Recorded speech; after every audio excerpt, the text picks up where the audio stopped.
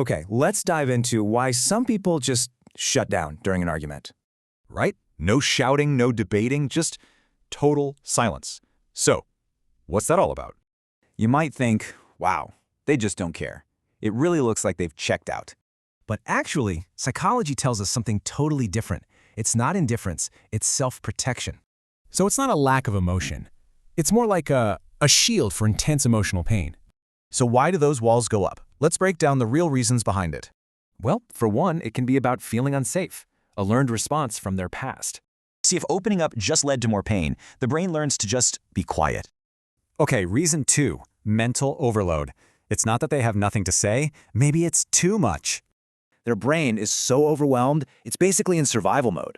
Talking is not a priority.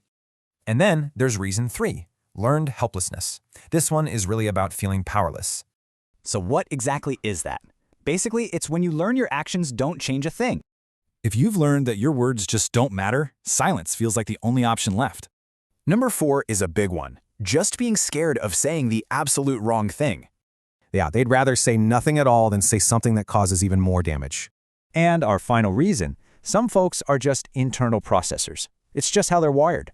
So on the outside, they look calm, but inside, it's a whole different story. You know, seeing it this way, it can really change everything about how you see conflict. So instead of seeing it as aggression, you start to see it as a bid for safety. Remember this, it's not about a lack of care. It's really about needing to feel safe. So, with all this in mind, how might you handle that silence differently next time?